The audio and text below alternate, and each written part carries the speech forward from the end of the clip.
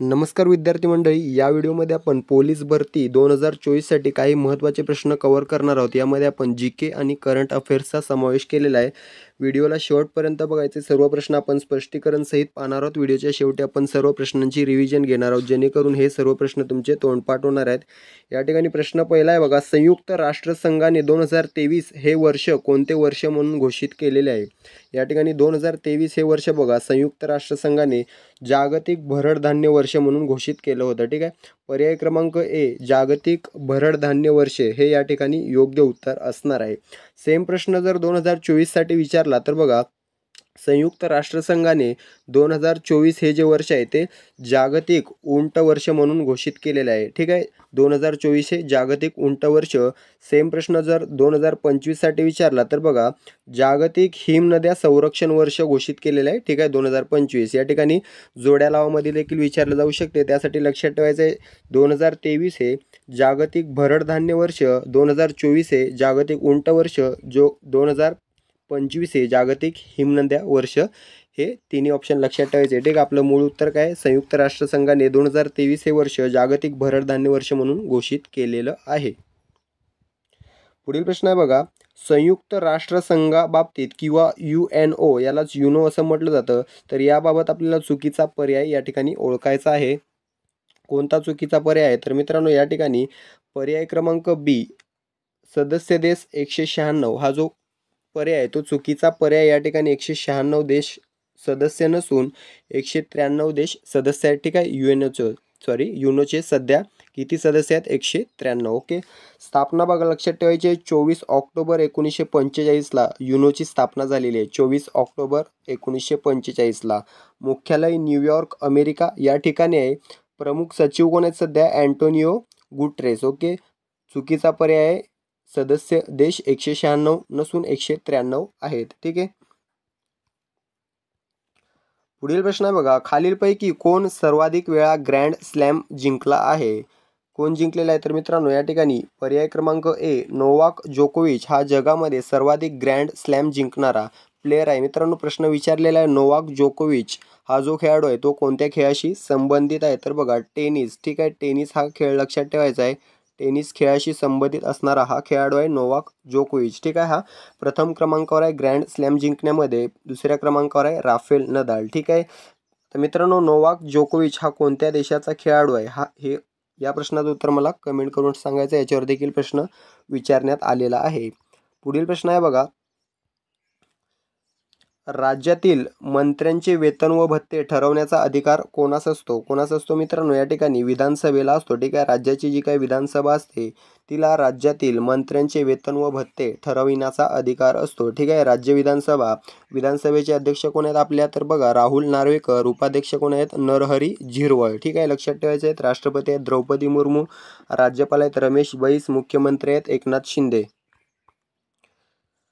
पुढील प्रश्न आहे बघा, खालीलपैकी कोणाला 2023चा मराठीतील साहित्य अकादमी पुरस्कार जाहीर झालेला आहे? 101% हा प्रश्न पडणार आहे बघा येणाऱ्या पोलीस भरतीला। तर 2023चा मराठीतील साहित्य अकादमीचा पुरस्कार बघा, कृष्णात खोत यांच्या कादंबरीला मिळालेला आहे। कृष्णात खोत, कादंबरीचं नाव काय? रिंगाण। ठीक आहे, रिंगाण या कादंबरीला मिळाले आहे। लेखक विचारले जाऊ शकतात किंवा कादंबरीचं नाव विचारलं जाऊ शकते, तर दोन्ही लक्षात ठेवायचे आहेत। लेखक आहेत कृष्णात खोत आणि कादंबरी आहे रिंगाण। ओके, त्यानंतरचा प्रश्न आहे बघा, डॉक्टर बाबासाहेब आंबेडकरांनी कोणत्या कलमास संविधानाचा आत्मा म्हटले आहे? हा प्रश्न बऱ्याच वेळेला रिपीट होत असतो। कोणत्या कलमास म्हटलेले आहे? तर बघा, कलम 32 हा जो कलम आहे या कलमास डॉक्टर बाबासाहेब आंबेडकर यांनी संविधानाचा आत्मा असं म्हटलेलं आहे।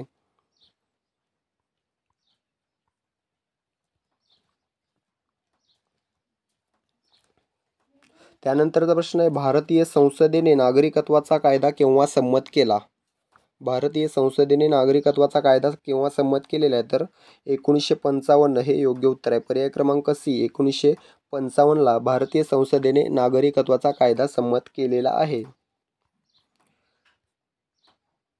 पुढील प्रश्न आहे बघा, 2011च्या जनगणनेनुसार महाराष्ट्रातील सर्वात कमी साक्षर जिल्हा कोणता? 2011च्या जनगणनेनुसार महाराष्ट्रातील सर्वात कमी साक्षर जिल्हा आहे बघा, पर्याय क्रमांक ए नंदुरबार या ठिकाणी योग्य उत्तर असणार आहे। सर्वात जास्त साक्षर जिल्हा कोणता आहे? कमेंट करून सांगायचं आहे। ठीक आहे, पुढील प्रश्न आहे बघा, वीर गार्डियन 2023 युद्ध सराव कोणत्या दोन देशांमध्ये पार पडलेला आहे? वीर गार्डियन, ठीक आहे, हा जो युद्ध सराव आहे तो भारत आणि जपान या दोन देशांमध्ये पार पडलेला आहे. पर्याय क्रमांक डी भारत आणि जपान हे योग्य उत्तर असणार आहे.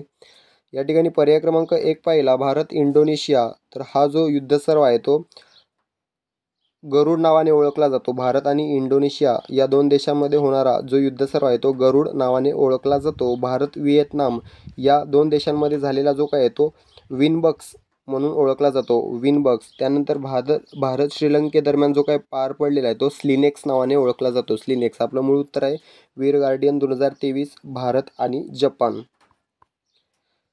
त्यानंतरचा प्रश्न आहे भारतातील क्षेत्रफळाने दुसऱ्या क्रमांकाचे सर्वात मोठे राज्य कोणते? भारतातील क्षेत्रफळाने दुसऱ्या क्रमांकाचे सर्वात मोठे राज्य कोणते? तर कोणते आहे? पर्याय क्रमांक बी मध्य प्रदेश हे भारतातील सर्वात मोठे दुसऱ्या क्रमांकाचे राज्य आहे, ठीक आहे. MP म्हणजेच मध्य प्रदेश, ठीक आहे. पहिल्या क्रमांकावर कोणते राज्य विचारले तर राजस्थान हे क्षेत्रफळाने सर्वात मोठे राज्य आहे भारतातील. दुसऱ्या क्रमांकावर आहे मध्य प्रदेश, तिसऱ्या क्रमांकावर आहे महाराष्ट्र, ठीक आहे. सर्वात लहान राज्य कोणते तर गोवा, ठीक आहे. या ठिकाणी हे चारही प्रश्न अतिशय महत्त्वाचे प्रश्न आहेत. त्यानंतर प्रश्न आहे बघा 1867 मध्ये प्रार्थना समाजाची स्थापना कोणी केलेली आहे? वर्ष लक्षात ठेवायचे, प्रार्थना समाजाची स्थापना केव्हा झाली? 1867. आता कोणी केली असा प्रश्न आहे बघा. कोणी केलेले? आत्माराम पांडुरंग. पर्याय क्रमांक ए आत्माराम पांडुरंग यांनी 1867 मध्ये प्रार्थना समाजाची स्थापना केलेली आहे, ठीक आहे. तर या ठिकाणी मित्रांनो एक प्रश्न विचारला जातो, प्रार्थना समाजाच्या जे काही प्रचारासाठी पांडुरंग यांनी कोणती जे पुस्तक चालू केले तर बघा सुबोध पत्रिका, ठीक आहे. सुबोध पत्रिका हे जे पुस्तक आहे ते बघा प्रार्थना समाजाच्या प्रचारासाठी करण्यात आलेलं सुरू, ठीक आहे. सुबोध पत्रिका 1867 स्थापना झालेली आहे प्रार्थना समाजाची, ठीक आहे. स्वामी दयानंद सरस्वती यांनी कोणत्या समाजाची स्थापना केली होती तर बघा आर्य समाज, ठीक आहे. आर्य समाजाची स्थापना केली होती कधी तर 1875 केली होती. आर्य समाजाची स्थापना 1875 स्वामी दयानंद सरस्वती यांनी केलेली होती. महात्मा फुलेंचा एक नेहमी प्रश्न विचारला जातो, सत्यशोधक समाजाची स्थापना महात्मा ज्योतिबा फुले यांनी 1873 केली होती. हे देखील लक्षात ठेवायचं, 1873 महात्मा फुले यांनी सत्यशोधक समाजाची स्थापना केलेली आहे, ठीक आहे. महादेव गोविंद रानडे आणि गवा जोशी यांनी बघा सार्वजनिक सभेची स्थापना केली होती. काय? सार्वजनिक सभेची स्थापना केली होती 1870 मध्ये, ठीक आहे. आपलं मूळ उत्तर आहे बघा आत्माराम पांडुरंग यांनी 1867 मध्ये प्रार्थना समाजाची स्थापना केली होती. पुढील प्रश्न आहे बघा खालीलपैकी कोणती नदी नर्मदा नदीची उपनदी नाही? नद्या आणि उपनद्या याच्यावर बऱ्याच वेळेला प्रश्न विचारले जातात, तर हा जो काही टॉपिक आहे तो तुमचा तोंडपाठ असला पाहिजे.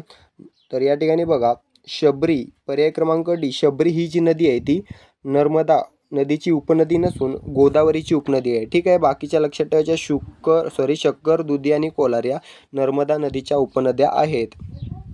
त्यानंतर बघा प्रश्न आहे IPL 2024 मध्ये मोहम्मद शमी कोणत्या संघासाठी खेळत आहे? IPL 2024 मध्ये मोहम्मद शमी कोणत्या संघासाठी खेळत आहे?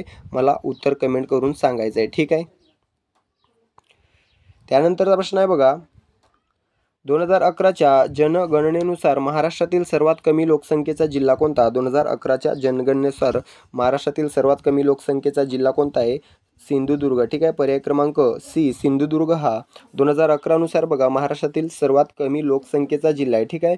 लोकसंख्या आणि लोकसंख्येची घनता वेगवेगळे प्रश्न आहेत, ठीक आहे. या ठिकाणी लोकसंख्या विचारले, जर विचारलं लोकसंख्येच्या घनतेबाबतीत जो काही जिल्हा आहे सर्वात कमी लोकसंख्येची घनता तर गडचिरोली हा सर्वात कमी लोकसंख्येची घनता असणारा जिल्हा आहे, ठीक आहे. आणि मुंबई उपनगर हा जो जिल्हा आहे तो सर्वात जास्त लोकसंख्येची घनता असलेला जिल्हा आहे, ठीक आहे.